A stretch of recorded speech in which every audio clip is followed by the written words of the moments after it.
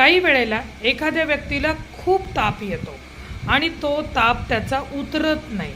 बरेच उपचार करूनसुद्धा तो ताप उतरत नाही किंवा डॉक्टरसुद्धा काही वेळेला गोंधळून जातात की नक्की आता काय करायचं की ह्या व्यक्तीचा ताप उतरवण्यासाठी. एक घरगुती उपाय आहे.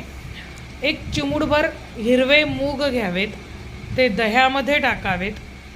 दही वाटीभर घ्या, अर्धी वाटी घ्या, तुमची इच्छा. दह्यामध्ये टाकायचे आहे आणि ते दही मंदिरात नेऊन महादेवावरती वाहायचे आहे. ह्याने तुमचा ताप हळूहळू उतरू लागतो आणि लवकरात लवकर बरे वाटते. अतिशय साधा, सोपा आणि घरगुती असा हा उपाय आहे.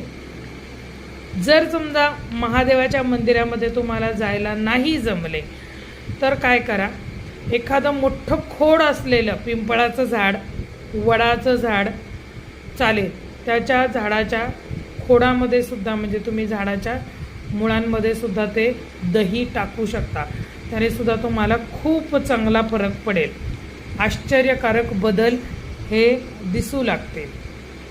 हा उपाय जरूर करावा, कारण की ताप डोक्यात जाणं हे अतिशय वाईट लक्षण आहे.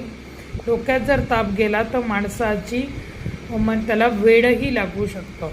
म्हणून जीवाशी खेळ होतो तो. हा उपाय जरूर करून बघा. हा साधा, सिंपल आणि घरगुती असा उपाय आहे. याने नक्कीच फरक पडतो.